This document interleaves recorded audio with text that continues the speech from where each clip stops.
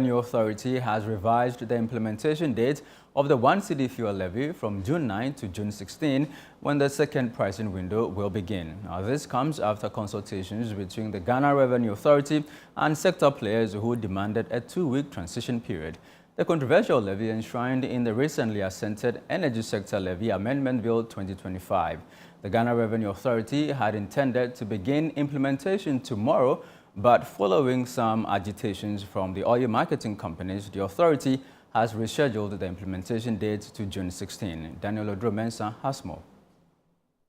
Dramani Mahama signed into law the Energy Sector Levies Bill 2 days after its approval by Parliament. The new law introduces a 1 cedi tax per litre of petroleum product, a measure that has faced criticism from sections of the public and transport unions alike. The Ghana Revenue Authority will implement the levy through a tariff interpretation order which provides guidelines for applying the amended legislation. According to GRA, the levy is intended to boost revenue to address energy sector deficits, pay down legacy debts, and help stabilize the national power supply. In an interview with ChannelOne News, GRA Commissioner General Anthony Sapon confirmed that the levy will now take effect on June 16. As GRA, we have to implement the law when it is assented to and gazetted, and the new act was gazetted on 4th June. So technically by law, it can't rational for practice. So however, operationally we have proposed to start on the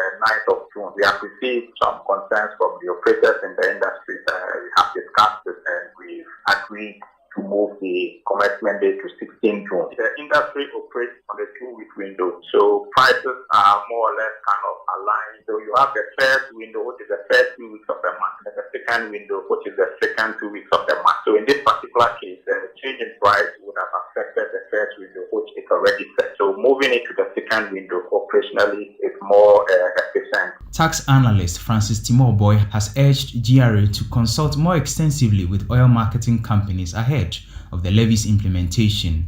He also stressed the need for a more practical timeline to ensure compliance. I believe this situation requires both the Ghana Revenue Authority and the oil marketing companies to meet and have a candid discussion on what a realistic implementation timeline should look like. It is possible that the OMCs have a valid point, that are internal technical and operational process that needs to be reconfigured to reflect the new 1 Ghana cedi levy. If so, then these challenges should be clearly communicated to the GRA. Meanwhile, the chairman of the Finance Committee of Parliament, Isaac Adongo, says the government anticipates raising 5.7 billion cedis annually through the fuel levy. The committee was informed that this policy would lead to an additional revenue of 5.7 billion Ghana cedis as the fiscal impact.